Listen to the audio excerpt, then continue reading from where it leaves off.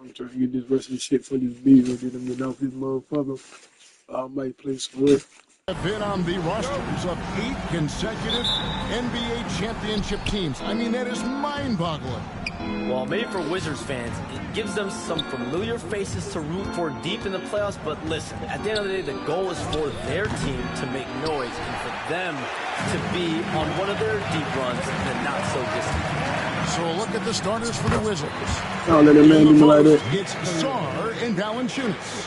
Malcolm Brogdon out there with MP. And it's Bay in at the small forward. So the Indiana Pacers able to put the first points up on the board. And here is Siakam. They count on his contributions, currently providing 16.5 points a game. What athleticism from Turner. My goodness. He loves getting chances to throw it down like that. Here's MP. The Pacers making the shot. And again, Washington no good. Shams, when you look at last season, what a step forward for the Pacers. Going into the in-season tournament championship, making the Eastern Conference Finals. They really checked so many boxes last season. And Pacers sources tell me they're ahead of schedule under Rick Carlisle. They won 25 wins in his first season, 47 wins last season, and the Eastern Conference Finals in just his 3rd season at the helm. The biggest reason to me for their turnaround and someone that the Pacers love as their franchise cornerstone, Tyrese Haliburton. He gives the Pacers an elite talent that they've lacked since Paul George. Look at Tyrese Haliburton, Pascal Siakam for this next run of Pacers greats. Boy, you've named don't let that man right through me like that. I don't like this shit. Whenever that mid-range jump shot is available, Haliburton is going to take advantage of it. He's a really good passer, but also an opportunistic scorer. And that's exactly what he's looking for, draining the triple. And the foul called on MP. That's his first foul. We have all these great foreign players. Maybe 3 of the top 5 players in the NBA are all foreign players, right? Yeah, so much was made of Anthony Edwards. Here's a 22-year-old American player who has maybe the charisma, the game, the everything. Package. It could be our next great player. Is there ever talk around the league about why are European players being so dominant? Where are the great young American players to compete against this great influx of international players? The grassroots programs, you have to look at what happens abroad and in the States. You have to give a lot of credit to the way that they develop players over in Europe, in any of those regions. They do a great job. He hate that for real. They're driven, they're passionate. They're trying to get here to the States and play basketball at the highest level in the NBA. And you see at the amateur level, there can be a lot of fluidity, there can be a lot of flux, and players are given so much so soon in America. So to be able to have that chip on your shoulder, to have the passion, and to exude the confidence that Anthony Edwards has, the younger generation of players definitely have someone in Anthony Edwards to look up to. One more green, my boy. Significantly, Shams. Any major effects that you can anticipate? It won't be like the year the Warriors signed KD. They're going to smooth the cap numbers, and it's not going to spike quite the same. But these numbers will continue to get eye-popping when you think about player salaries. And you have to keep in mind luxury tax and the new second apron that came into play with the collective bargaining agreement. And that will play a part in how teams build, not putting yourself in a restrictive position to continue to build winning organizations. A lot of moving parts to contend with, but boy, a lot on the horizon. And let's head over to the sideline and catch up with David Aldridge. Kevin, thanks very much. Tyrese Haliburton is a person. Fuck the last time, my boy. He says, I want to win, so I'm just trying to figure out the right way to do that. Right now, it's get the ball in my hands and just make the right reads. I can facilitate probably better than the majority of people in the league. So that's what I want to do. I want to get my guys involved. Kevin? He does, doesn't he, David? Every single time. And David, we thank you. Don't take my game, coach. I feel that. Shams, you're always on the pulse of those league-changing trades. We certainly saw some impactful ones last season. Across the board, the Pacers, the Mavericks, they made deep runs, and they did so on the back of some big trade deadline moves. Those are transformations that excite all of us to witness. Even New York getting OG Anunoby at the trade deadline. This is a league that's built on capitalizing at the moment and striking when iron's hot, and we saw multiple teams do that. That trade deadline was phenomenal for those. Let me get started. Turn up. We've got Isaiah Jackson. Toppin is out there with his. Then it's Halliburton, and it's McConnell in at the point. So that's the group out there for Indiana. Yeah, he just flat out tricked that one, missed it, and has no one to blame but himself. Oh, get up, MP! Woo!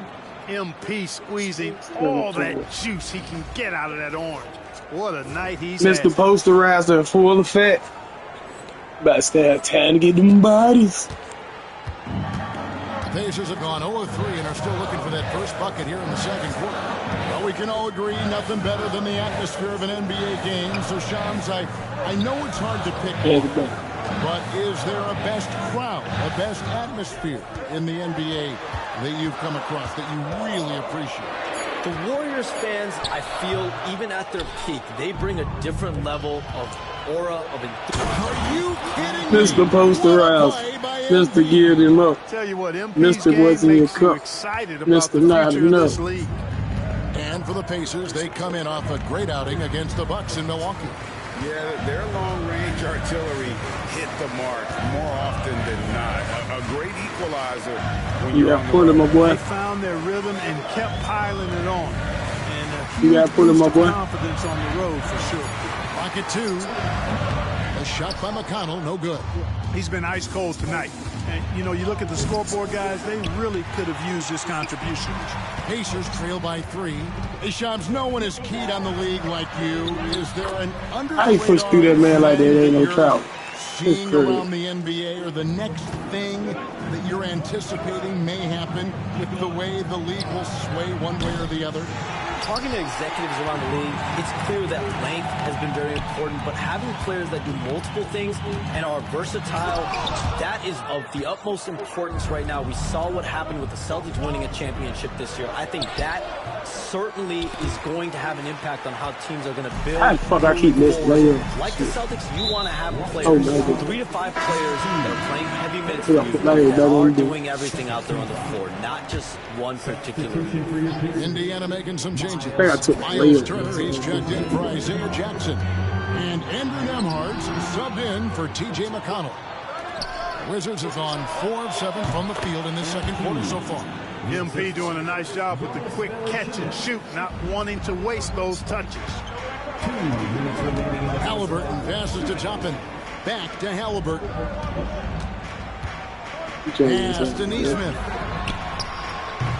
Can't tie it up as that one's no good. And they had some botched coverage that turned into no coverage. And here's MP for 3.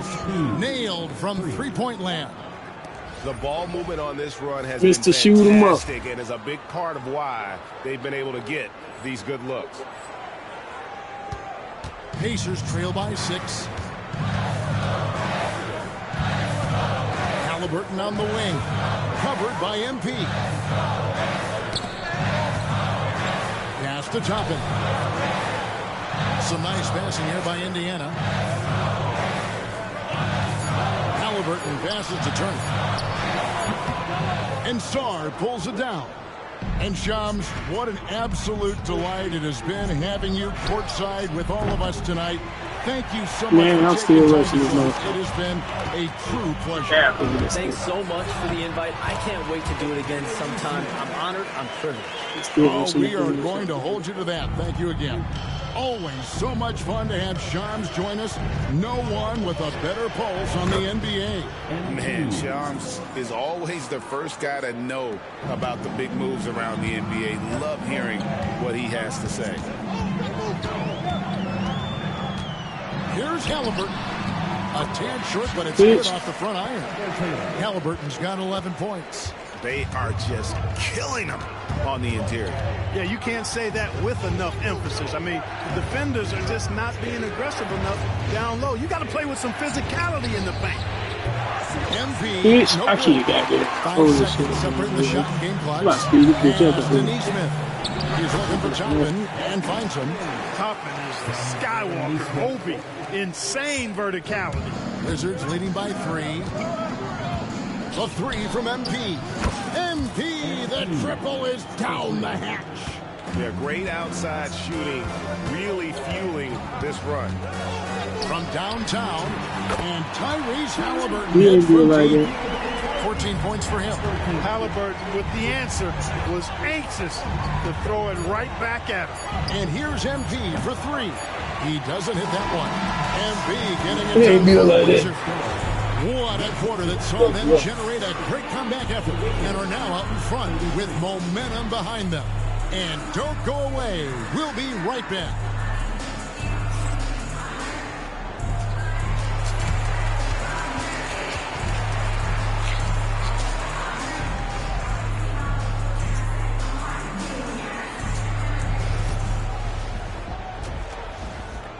I need to hold his jumper longer.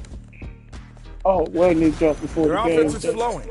Guys are getting into their spot. The ball is finding them. Great execution so far, guys. I'd say our... And now, not a bad... And that's a halftime...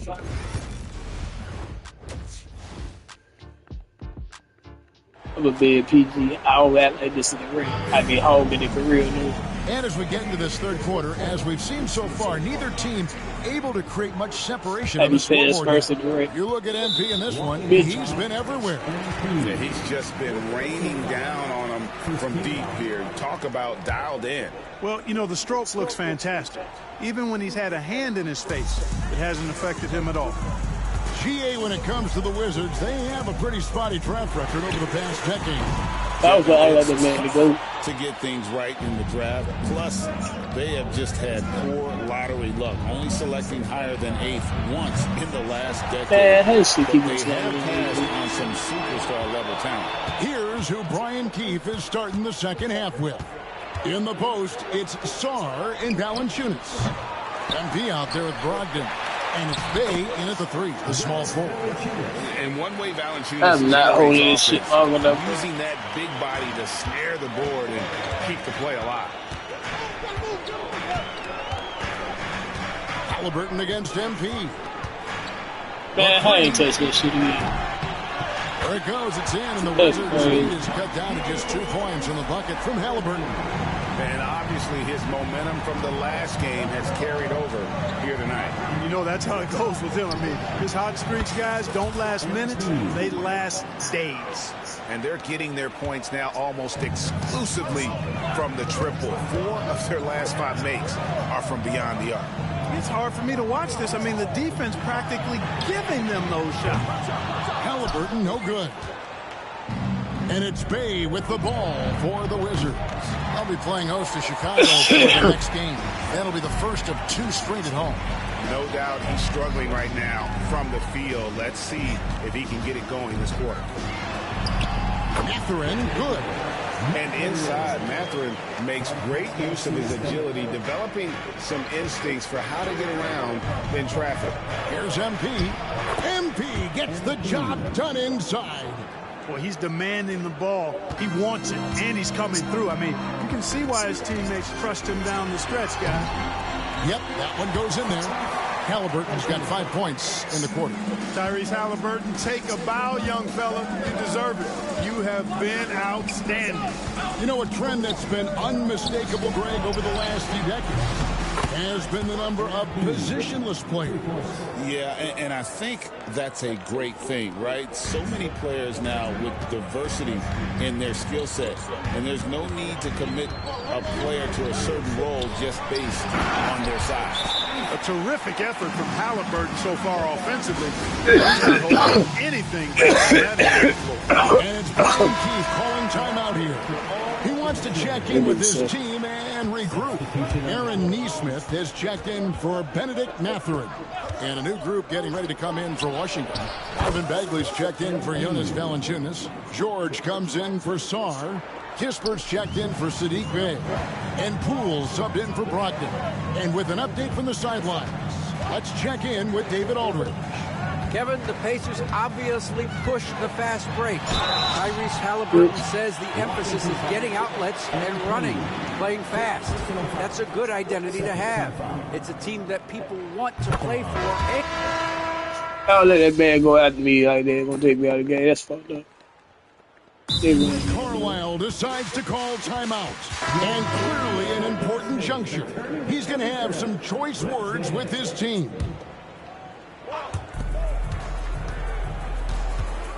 McConnell against MP. Offline with his three. And he didn't punish them for the weak coverage there, but they can't count on him to continue missing. They've got Toppin. Halliburton is out there with T.J. McConnell. Then it's Nesmith. And it's Jackson and it's the center filling out the line. That's the Pacers' foul. MP way outside from beyond the arc and then some. MP's got 43 points. No, it's scary because he's just been a matchup nightmare in this game. He's eaten up anybody they've thrown at him. Not sure what the D was doing there. Clearly a breakdown. You can ill afford to give a guy like him that good a look. That three off the mark. Pacers trail by 17. Here's Nesmith. Goes to the reverse layup and drops it in. They should continue to get the ball inside. The defense struggling to contain them. And when you make 5 in a row in close like that, it also takes pressure off your perimeter guys, too. Wizards leading by 15. MP going in strong. The shot comes out. Now, here's Nesmith. He's guarded closely. This will blow. His bucket is good. He'll have a chance at the line. 3-point play. A chance to catch up on some numbers here. The scoring breakdown for the Wizards. Guys, the D hasn't had an answer for the three-point shooting, which is why they continue to just fire away from deep. You know, something else, guys? You know, they came out of that tunnel sprinting in a full stride sprint. That translated to the floor and lots of success in the fast break game. And again, Washington no good. Boy, this is bad. Tough to watch. I mean, this is really bad. He's stone cold this quarter. And Greg, we know the Pacers have to improve defensively. But where do they start? Candidly, Kevin, I feel like they're too soft. Giving up offensive rebounds, cheap fouls, they've got to be tougher mentally and physically, especially on the interior. Andrew Nembhard's checked in for Aaron Nesmith. Washington leading now by 10. For three, Brogdon gets it to go from beyond the arc. That's a dozen straight points coming off the trip. You know, they're having free reign from beyond the arc. The defense is just not there. And no.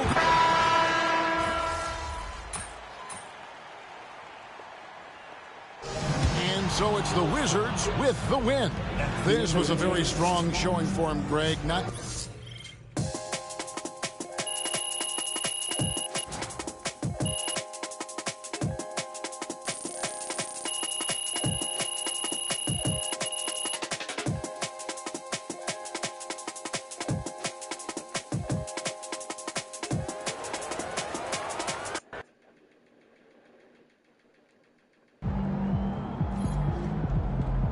earned that one.